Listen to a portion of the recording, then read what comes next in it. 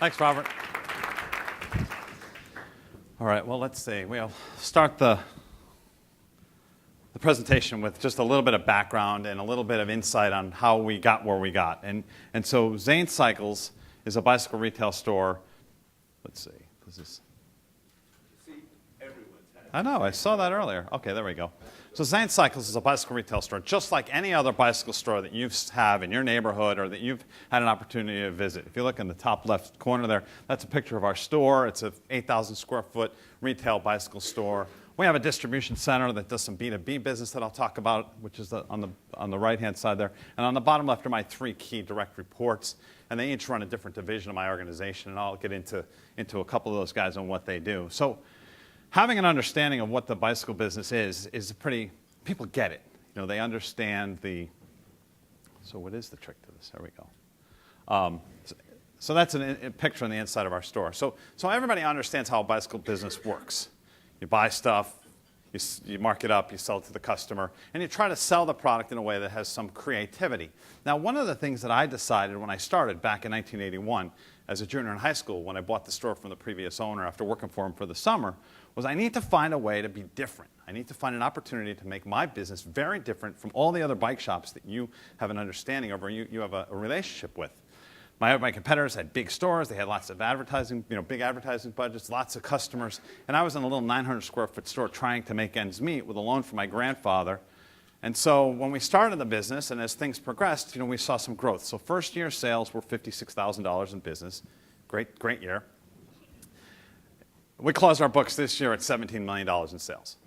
And we've done it 22% growth annually for 32 and a half years, or 32 years. So it's been a fun ride, and it's all been based on a different relationship with the customer. It's all about the interaction between the customer and us, and the product, which is really a commodity, is almost immaterial. So in order for me to show you how all this works, it's kind of hard because I can't bring you into my store from here and have you meet my people and have an understanding of really what the concept is that we have. But one of the things that we all know is that service costs money. And so I can't show you a service, but I'm going to give out some money.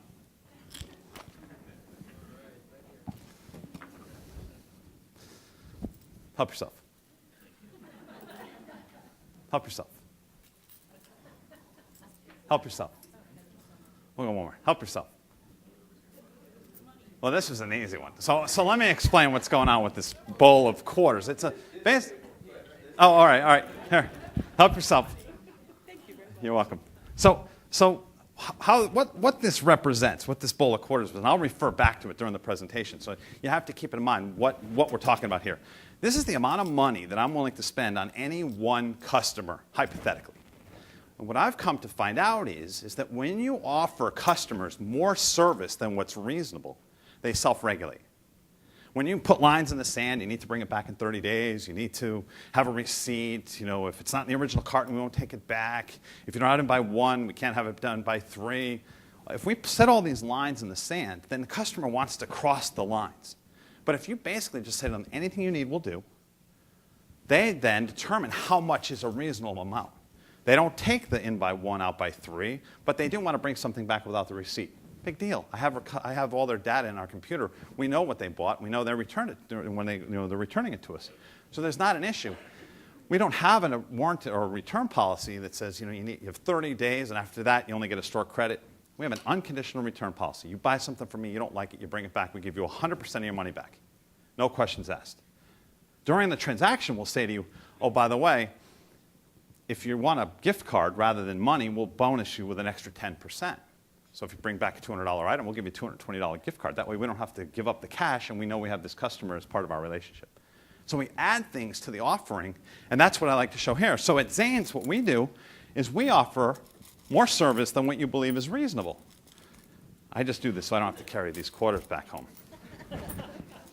So I'll talk about the quarters and the bowls as we talk about the things, because what happens is when you have a bowl of quarters and you have one customer that reaches in and grabs a whole bunch, and then they also want a few more on top of that, if you think about the number of customers I have and how many bowls of quarters have barely been dipped into, I can service customers at any level and never have to worry about the fact that I'm going to run out of money. The relationship is going to stay the way it's supposed to be. The customer is going to have a really great interaction with us. And even that one customer who's the one that we love to hate, we don't even pay attention to him. We let him reach in the bowl and take as much as he wants, because at the end of the day, we have so many reasonable customers that even that one unreasonable customer helps build stories and helps identify who we are as an organization to offer this great life, relationship that is built on a lifetime relationship with the customer. So let's talk about the business. And so basically what I like to do in one of my presentations is start with the easy part, which is the business to consumer business, the regular bike shop business. And then I go into how we took all of that learning working with end user customers and then build that into a business to business relationship as well. Because at the end of the day, we all have retail customers or we have recipients, but we also have business to business relationships. And how do we service those vendors or those customers so that they appreciate what we're bringing to them and they want to continue to do business with us? So this is the basic model. Manufacturer, we're the reseller, we mark it up, we sell it to the consumer. That's a pretty simple model to fulfill. And being interactive with the customer, when you're the guy who's directly involved in the relationship, you get to determine how that's going to be. But another side of my business is this corporate business where I sell bikes to companies that give them away for free. So if you have an American Express card and you pick a bike out of the American Express membership rewards program, I supply that bike. If you have a Marriott card, it's the same thing. If you walk into a store and you see a Trek bike on the end of a Miller Lite display with a Miller Lite logo, I supply those bikes as well. So I have a relationship with all these different companies supplying product, which now is actually about 3/4 of my volume comes from the business to business side of our organization versus 1/4 of our business is retail. But that business is a lot more complicated. This is a relationship. There's us in the yellow on the left, and then our reps that work for us all over the country that call on all these different companies, jobbers, ad agencies, incentive companies, catalog companies, service award companies. And they all interact with one another because one might produce the catalog and one might source the product. And then ultimately, the end user customer, the Hewlett-Packard or the IBM, will say, we want a service award program, and they're on the bottom. And all that happens, and all that exchange of information happens, and all the customer service relationships build between us and all these different entities before the customer ever has an opportunity to, before the customer even has an opportunity to pick something out of a catalog.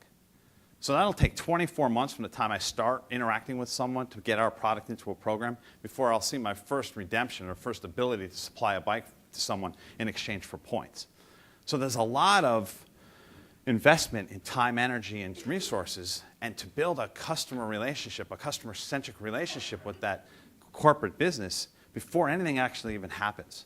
And so what we've done is we've taken, again, the relationship with our retail customers and just infuse that into the interactions that we have with our corporate customers. And what's refreshing is that the corporate customers continuously say to us that they've never had an experience like this. They don't necessarily see anyone else bringing to them this focus of the customer and the focus of the recipient being taken care of. They're typically the ones that have to take care of their own people. So American Express is very happy with the service that we provide because they don't get phone calls from recipients complaining the bike showed up damaged. We take those calls and we manage that interaction. And so American Express gladly keeps us in their programs and gives us the opportunity to grow our business. So we'll start with the retail side of it because, again, that's what everybody can understand. And that's kind of the wow. That's our foundation for all the things that we do and how we got from a little $56,000 business to a multi-million-dollar organization with about 100 employees. So we offer, when you come into this bike shop, we offer lifetime free service on everything that you buy from us. So, but to understand this and to like, really? Like, how can they do that? I go into bike shops all the time, and they charge me to get my brakes adjusted. They charge me to get my wheel trued. Like, there's a fair amount of money that happens in the service side of a bicycle store. What we did is when I started, I looked at my competitors, and they were offering a 30-day service guarantee or warranty with the purchase of a bike. And since I was 16 and had no customers and had no money, but I had time, I said to my customers, I'll give you a 1-year free service. If you buy a bike from me, I'll give you a 1-year free service. Instead of 30 days, you come in as much as you want for the first year. I'll service your bike for free. We did that for a few years. My competitors lost some market share. They matched the 1-year free service coming up from their 30 days, and we immediately went to 2 years free service because I knew how many people came in that first year needing service, And so it gave us an opportunity to one-up our competitors right out of the blocks. The thing that was interesting is that if you build a bike correctly, it really doesn't need any service. If you're building a bike to need service, you can build it so it needs service. So it's kind of like that car dealer thing where you think they're doing stuff to your car so it has to come in all the time. Well, bike guys do the same thing. If you drill in the end of a housing, which is where the cable goes through, it works fine for a while, and then it starts to rust, and then it starts to react slowly, and then you need new cables. But if you squeeze a little grease in the end of the housing, and then you put the cable through, 20, 25 years, that thing will be perfectly, you'll never need to have it adjusted. So we built all those service qualities into what we were doing because we knew we were going to be servicing the bikes for a long time. My competitors, on the other hand, didn't retrain their mechanics, and they were building a liability by matching our service policies because that stuff needed to be fixed when they weren't being proactive in building it correctly. So their service departments were getting filled up with work that they weren't making any money on. So they were really not happy with the fact that they needed to match our service program. But after a couple of years, they realized we were doing 2 years. They were doing 1. They were losing market share. They went to 2 years free service. So at that point, we said, you know what? We know that there's so few bikes coming back. Why don't we just offer a lifetime free service policy on everything we sell? Figured, instead of raising the bar, let's just knock it down. We also made it retroactive to all the customers who had purchased bikes from us prior. So again, it built a relationship with those customers because we sent out a little flyer. At that point, it might have been 350 customers. It wasn't thousands or tens of thousands, fortunately, like we have now. But we told them that since they had purchased a bike from us and we had raised the quality of service that we were providing to the customers that were investing in us now, that they were going to be grandfathered in or going to be able to take advantage of the new services that we offered. Subsequently, my competitors went to lifetime free service completely with the wrong idea. They decided that when a customer came in, they would do a bunch of things for free, but they would always find something that they could charge for. So we'll do $25 worth of free service, but we'll charge them $15 for a wheel truing, and we'll say that's not included, or we'll charge them for brake pads, and we'll say that's not included. Whatever, we'll find things to be able to make money. Well, customers are, especially in the bike business, they talk to one another. They're out on rides together. They interact with one another. They're standing at the end of the driveway together on their Saturday morning rides. Man, those guys over at that other shop, they always rip me off. Every time I go in there, they charge me for this free service. And the guy from Zane says, not a chance. We go in, we go out, we never have to pay anything. They take care of it, and those guys are great. So now we're picking up our competitors' customers who want to buy their next bike from us because they've been disappointed by the service that my competitors have offered because my competitors didn't go in it with the understanding it's a bowl of quarters. Very few customers come in for service if they don't, if the bike's done right. So you don't have to worry that it's that guy that really rides a lot and needs to have his bike service that comes in and gets free service. But understand that he's the go-to guy in the neighborhood when somebody says, hey, I need to get a bike for my kid. So where is he going to send his friends or the people who are looking to him to give advice because he's the guy in the Lycra and the tights and stuff every Saturday morning. It's like the skier or the guy that buys the expensive cars. You know who to talk to. So then we decided if we can do lifetime free service and we have this relationship with our vendors, a great relationship with our vendors, we can offer lifetime parts warranties. Again, bowl of quarters. We'll just throw it out there. We'll see what happens, and we'll build a relationship with our customer without lines in the sand. We'll just say, if you buy something from us and it doesn't last forever, bring it back and we'll replace it. Well, this stemmed from a relationship, or from a conversation I had with one of my sales guys. He came in. Actually, let me start back up for a second. So a customer came to my store with a helmet. They bought the helmet, and the buckle had fallen off the strap. So they came back and they wanted to buy a buckle to fix the helmet. Well, you can't just get the buckle. There's a million different buckles for helmets. So I took the helmet, threw it in the warranty bin, and gave the customer a new helmet. So the rep came in, and I said, hey, there's some warranty stuff in the bin. Go write me some credits, and then we'll start to place orders for the stuff that we need to buy. That's customary how the reps interact with the dealers. So I reaches in the trash bin with the warranty stuff, and he pulls out the helmet. He goes, there's nothing wrong with this helmet. It just doesn't have a buckle. I'm not going to warranty this helmet. And I said, all right, that's fine. You don't have to warranty the helmet. I was going to order about $5,000 worth of helmets from you today, but I'm not going to because I'm going to buy them from someone who will warranty that helmet. He goes, by the way, the helmet costs $20 wholesale.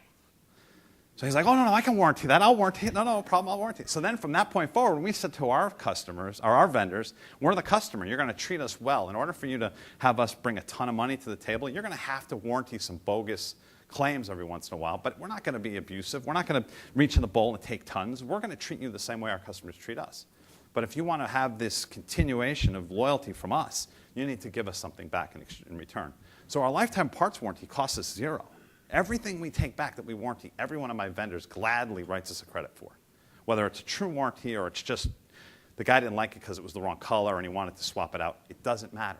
Fortunately, we've got enough volume and we're able to convince our vendors that they should play along because it's in their best interest to keep our business. Subsequently, the same reason we do it for our customers. And so during that interaction, during that interaction, we had the customers come in saying to us, well, if you offer lifetime free service and you offer lifetime parts warranties, you have to be more expensive. So, I need to shop around because I feel like you're offering so much that you've got to be ripping me off. So I said, no, here, how about this? I saw the thing at Circuit City where they had this 30-day price protection, and I'm like, that's not enough because most people don't even remember they bought something the first 30 days because they're not using it. So let me give my customers 90 days to go find our product for less, and if we do, we'll refund the difference plus 10% of the difference. Same exact program from what Circuit City had. I just took a picture of it with my phone, recreated it, put it on our wall, done. Oh yeah, I steal every idea I can get because all I'm trying to do is make it so that my customers, you don't have to teach your customers about a price protection policy because Best Buy and Circuit City spent tens of millions of dollars promoting it. So when they walk in our store, I'm like, oh, we're better. It's 90 days instead of 30 days. They immediately understand the relationship. So here's the scenario with price protection because it really is a cool process that people go through. They go into one of my competitors' stores, they see the bike that they bought for $50 less because they're having some sale or something's going on or they just don't know how to make money, so they decide to price their product for less. And so they come back to us and they say, I saw the bike for $50 less. $500, it was on sale for $450. We reach in the drawer and we hand the customer $55. We don't make them jump through hoops, wait for a check to come, give me your credit card. We reach in the drawer and we physically take green dollar bills out of the cash register and we hand them to the customer. Later, we go in our database and we put down that there was price protection with the customer, so we know what the history is. But that's immaterial because what happens is when a guy bought a bike within the last 90 days and is standing in a bike shop with $55 cash in his hand, what do you think he does?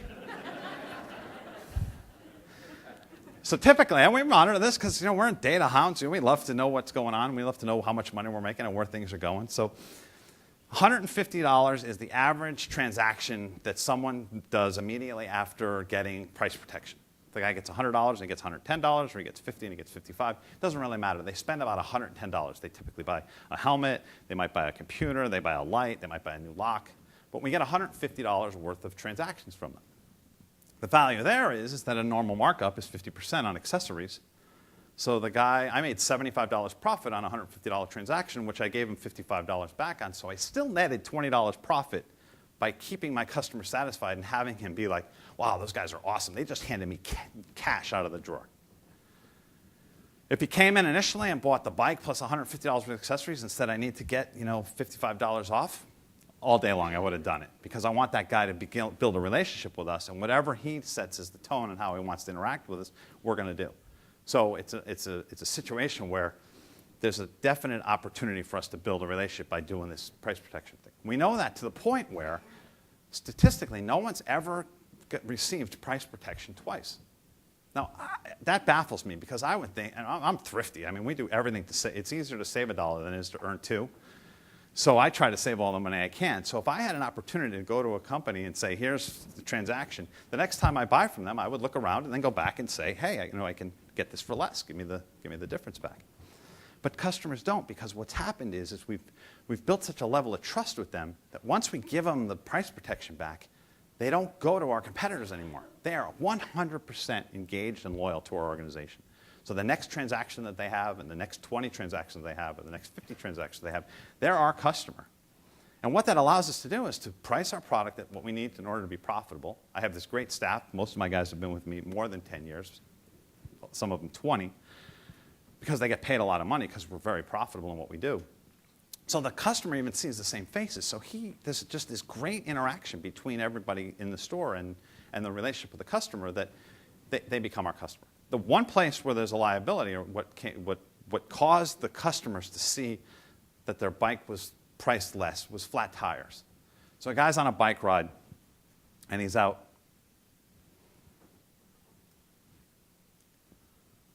Okay, there we go. So a guy's out on a bike ride, he gets a flat tire, and he goes to any shop to get it fixed. So what we did is we built in flat insurance. We said to our customers, you have lifetime free service, you have a lifetime parts warranty, you have 90-day price protection. But if you get a flat tire, I'm not riding with you. I can't necessarily take responsibility for it. But we did some some studies, and we figured out that if you pay us $20 for flat insurance, which is the equivalent of like buying 2 flat tire repairs in the store, forever we'll fix it for free. And the reason we charge them is we need to have it be a game. I could certainly give away flat tire repair because the cost of a tube is pretty low. But I want to have that customer engaged at a level so that they don't go into my competitor stores when they have a flat tire. They go, darn it, I'm going to get that flat tire fixed at Zane's because I paid them $20. And so they come in, and here's what happens. They walk in the store, and they roll up, and we see the little sticker on their wheel, and it says flat insurance, and everything stops.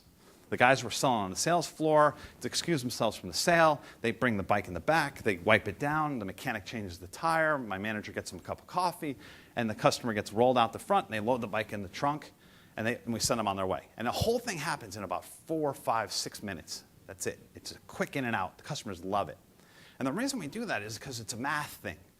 So we sell 4,000 flat insurances a year at $20 a piece. That's $80,000 a year. We do about 1 flat tire a week, so it nets out that each person pays about $1,600 per flat tire. And when you pay $1,600 for a flat tire, you should have everybody in the store stop doing what they're doing and take care of it. The thing that's interesting is that all the people who are in the store that see this interaction with the flat tire insurance, they all buy flat tire insurance when they, like, I want that. Whatever that was, I'm in. And so it's a really fun exchange, but it's a game. And the fact is that it's so transparent. Everything we do is transparent. We tell our customers, like, look, we're making a ton of money on flat tire insurance, but if you get a flat tire, you're going to love it. If you get 3 flat tires, you're ahead. If you get 5 flat tires because you're out riding and you like to ride early in the season when there's a lot of stuff in the road that hasn't been cleaned up from street sweeping, you're going to be in here. Now, if a guy gets 2 flat tires or 3 flat tires, we put the stuff in the tire that seals the tire because we don't really want to be in the fixing flat tires for free business, but we know how to set that up so that we don't have that liability. And then that guy's excited because he doesn't get flat tires anymore and he's not broke down on the side of the road. So for the $20, the game is over. He's excited because he doesn't have to worry that he's going to have this liability of showing up at the store. We would do the gel and all the tires, but it costs about $15 per tire or wheel to put them in. So it doesn't make sense unless the guy's really starting to use the benefit of the flat tire insurance.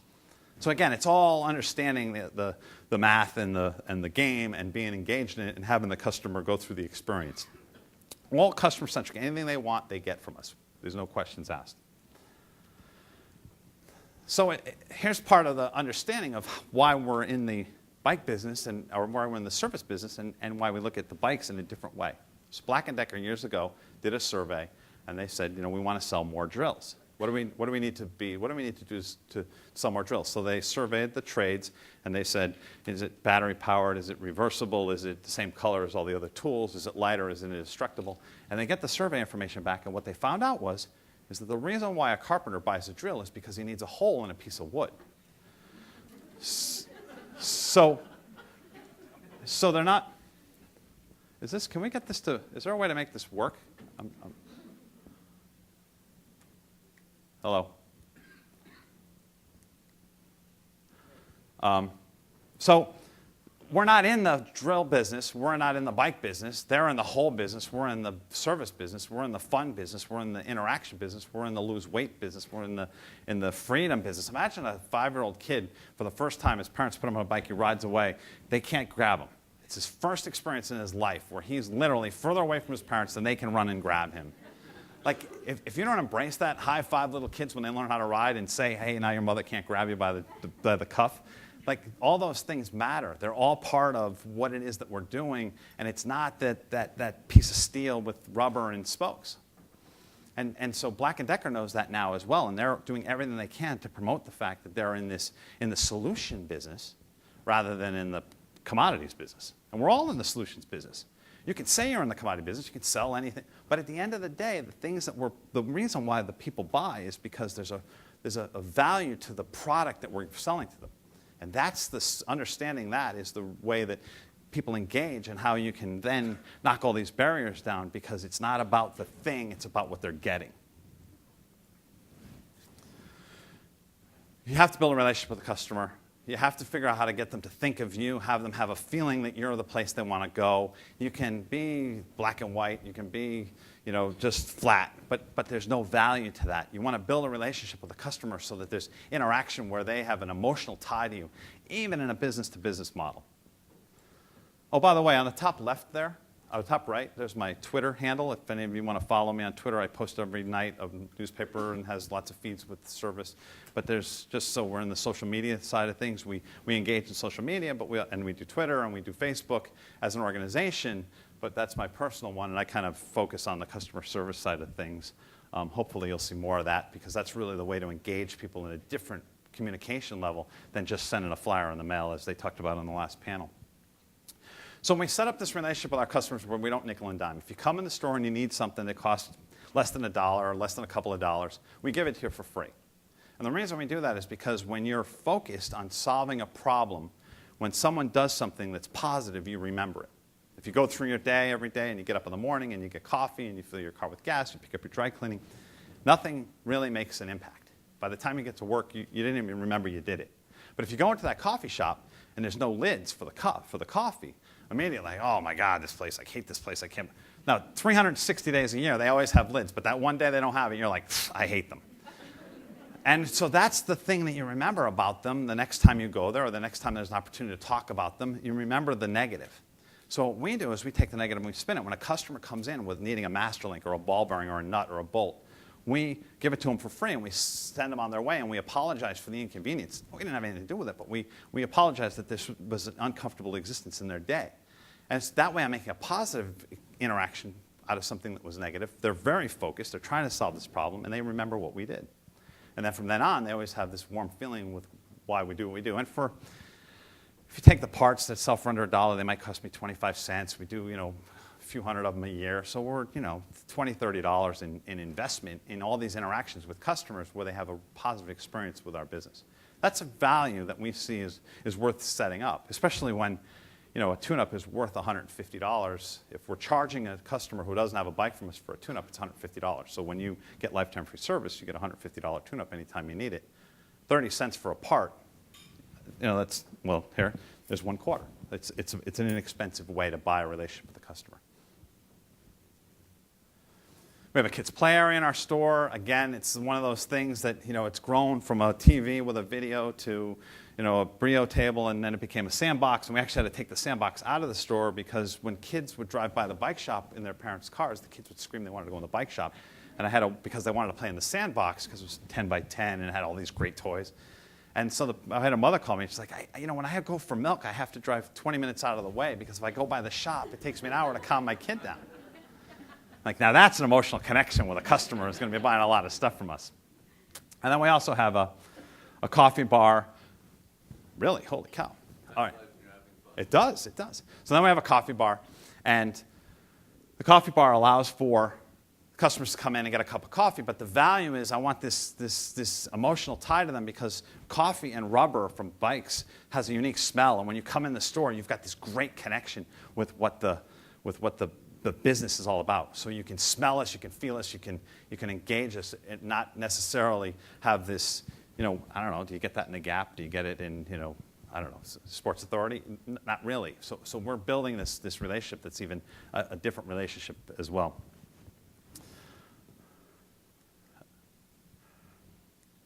I'm going to need like a couple extra minutes just because I can go.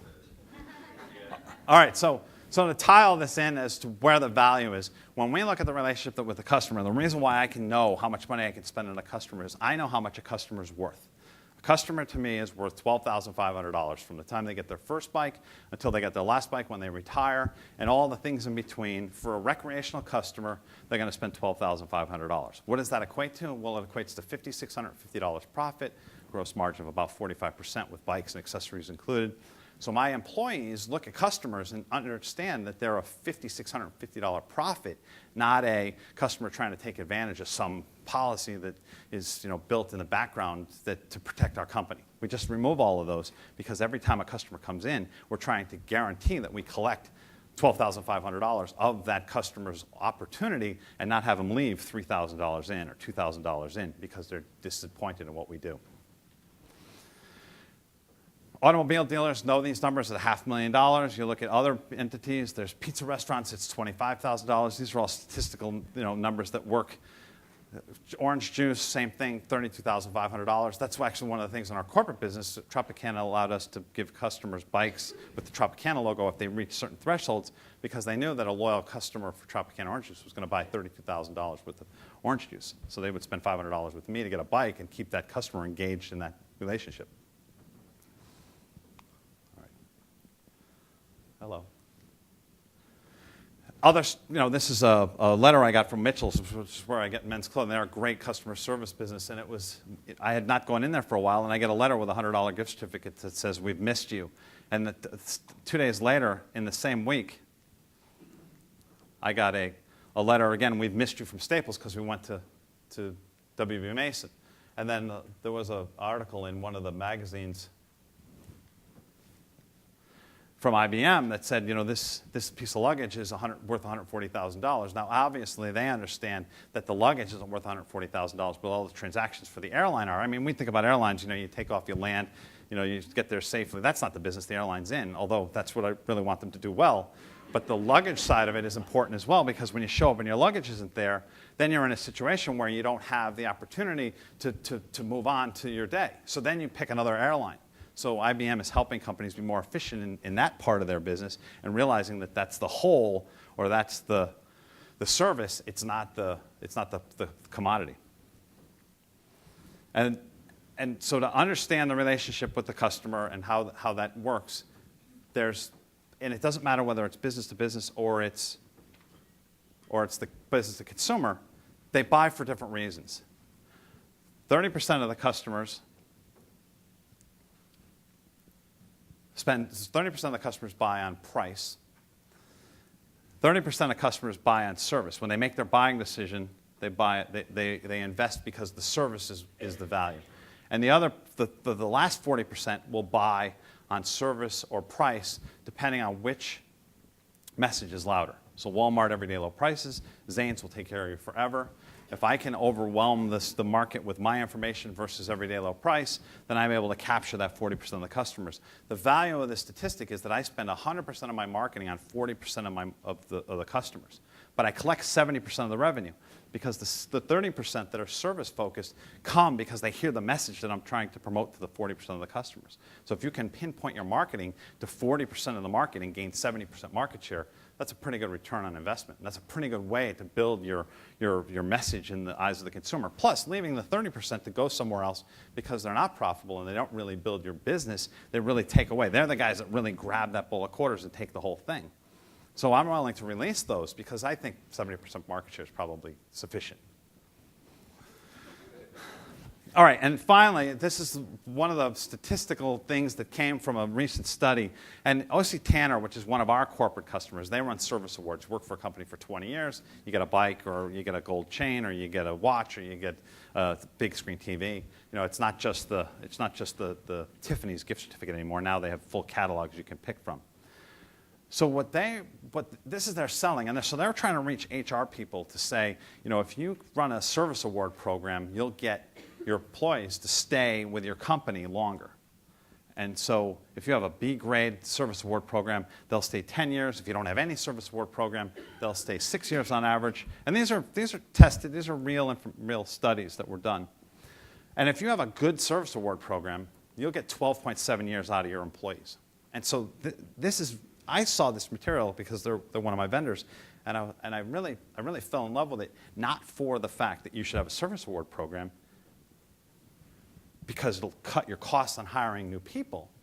You should have a service award program because imagine those employees that are with your customers 4 more years, and how it doesn't disrupt your existence, and how the call center and all the places where people matter that are front-facing your customers, if they're there 4 more years, you're not spending money on training. They're interacting with the customer that they already know, and so your service value that you bring to the relationship with the customer is much greater.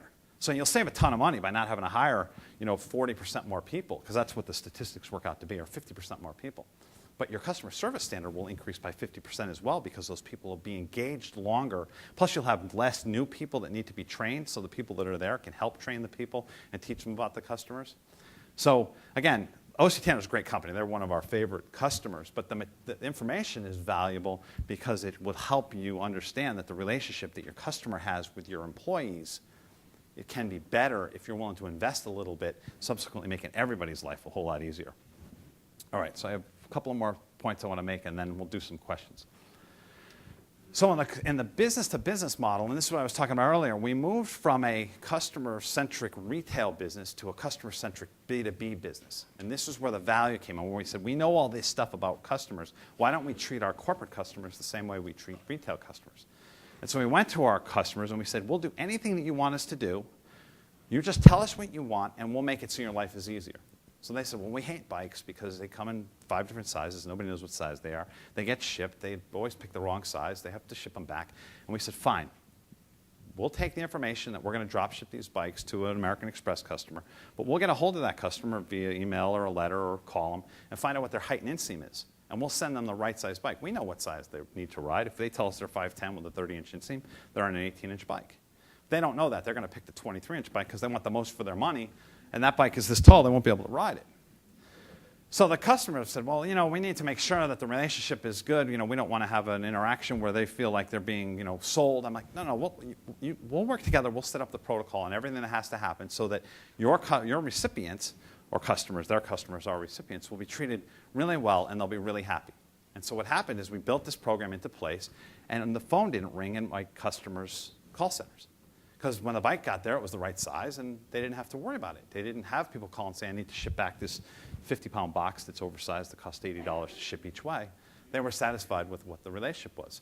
We were getting a lot of calls from those people after we communicated with them because they wanted to know when their bike was going to ship. So years ago, we integrated the direct communication with the recipient.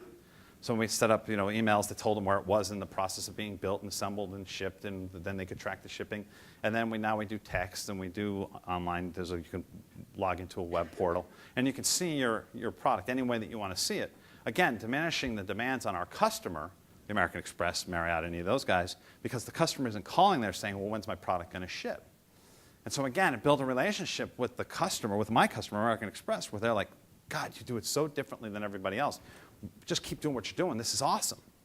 So occasionally a customer would get a bike and they wouldn't be able to put it together because they wouldn't realize you have to turn the left pedal the opposite way because it's a left-hand thread, and they would say it's stripped and they want to send the bike back. And so we built this years ago, and now you just do it with Skype or your iPhone. You would just show the customer via the web like how to thread the pedal into the crank. And the wrench is in the box, and then they would tighten it up. And they would be satisfied. And it would take 4 minutes or 5 minutes to have a tech spend some time with the recipient, one-on-one, live, and then the bike wouldn't have to be returned. And nobody was disappointed. And the guy got to go ride his bike 5 minutes after he got off the phone with us. So all of these things were built in, looking at the relationship with the customer and saying, you know what, B2B, I got a guy who's in a gray suit against the gray wall trying not to get fired, so why would he pick a new vendor? We want these guys because they're going to make me look good. And I tell people all the time that it's going to be this great relationship, and at the end of the day, you're going to be completely engaged in the fact that you made a decision to move your business from wherever it was to us, but we're going to help you look good. We're going to do whatever you ask. They call us. They say, well, can I get a 2% volume rebate? Sure. I can give you a rebate. We're just going to raise the price 2% and give you the rebate. That's fine. My boss needs this rebate. He told me to get rebates from all of our vendors, so I need a rebate. No problem, as long as we understand each other. We're willing to. The bottom line has to be the bottom line. We don't just diminish our price by 2%. But if that makes you look good to your boss, we're in. And all of the things that we do in interacting with those customers is to make them understand that when they cut the PO, that we deserve the PO and that we're taking care of the customer. At that, I have one last story I like to tell about my employees, because when you think about the situation at hand, it all happens when employees live up to the promises that they make and engage in the company. So the Valentine's Day Massacre is our best story. Customer comes into the store, gets a bike for her husband, doesn't have enough money to take it home that day, but wants to put it in the window of the store for Valentine's Day night so she can bring him by to show him the bike and then take him out to dinner. Great. She comes in with balloons, she ties them on the handlebars, the bike's all set to go, there's a little card on it, everything's good. She then leaves, we close the store, the employee who was supposed to put the bike in the window forgets. She pulls up in front of the store. She tells her husband to go look in the window. He looks in the window. There's nothing there. Some of her coworkers were in the parking lot to see the husband's reaction. There's nothing in the window. She calls the next morning, just completely out of her mind, ready to tear us apart. Very, very vocal. So I talked to Tom, my retail manager, and I said, hey, Tom, what are we going to do to engage this customer and get him back and have him be positive? He goes, well, she only owed half on the bike, so we can just give her the bike. I'm like, yeah, that's good. And, we didn't ruin her dinner. She was all upset, and she was, we ruined her Valentine's Day night. Fine, we'll give her a free dinner. Great. Lunch for the employees that were there, so they don't hate us because they came over. Fine. So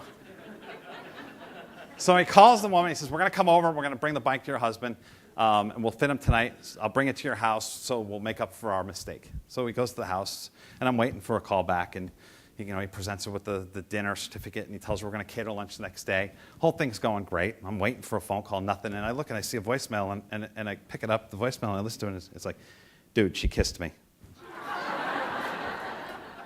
That's great. She goes from hating us to kissing us in front of one of my employees in front of her husband. That's a great story, but the best part of the story is 3 days later, I get a letter in the mail from Greg Chochi, the employee who was supposed to put the bike in the window. And in with the letter, apologizing for potentially costing us a lifetime customer, was a check for $400, which was the amount of money we spent to recover that customer. And so my employee, who was an hourly employee, $10 an hour, so that was a week's pay, had given us back his week's pay because he made this mistake, and he understood how passionate we are about the relationship that we have with our customers, that he was prepared to pay. Now, I didn't cash the check. I actually still have the check. Because I would never, my employees make mistakes. That's what employees do. When we fix the mistakes, and we move on, and we train, and we embrace it. I love mistakes because it's a way to fix things that aren't necessarily broken but can become better. But that's the relationship that my customers have, or my employees have with the customers. So I challenge everybody, if you're building a great organization focused on customer service, can you build it in a way that gets to the point where your employees are that engaged in the relationship? And I would love to hear stories back from you guys about things that happen with your employees where they become that connected with the customers. At that, I'd like to thank you for your time, and if I have some questions.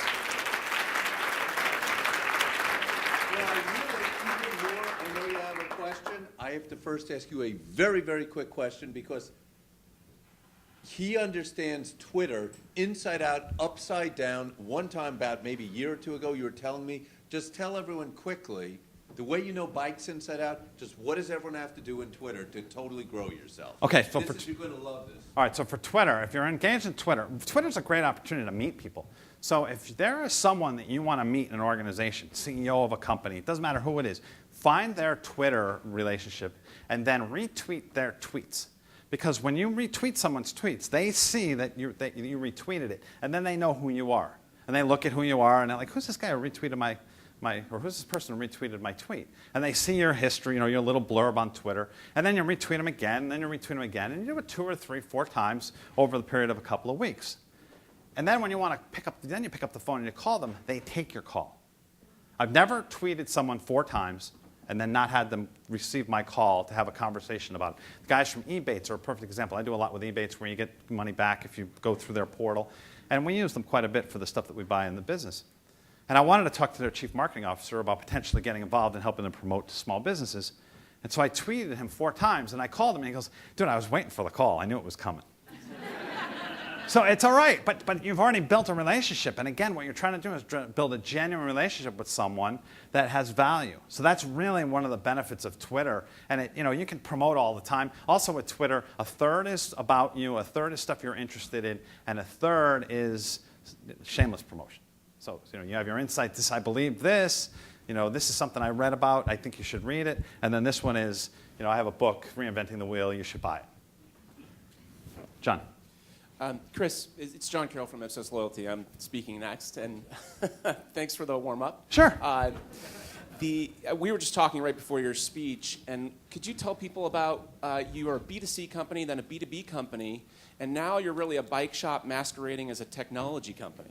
Could you tell us a little bit more about what's next, if it's not too secret? No, it's not secret at all. So our customers, I have all these customers that buy from us on the business-to-business side. So there's Meritz, and there's Hinden, there's Carlson, and then there's SkyMall, and there's American Express, and there's all these companies that actually run these point banks.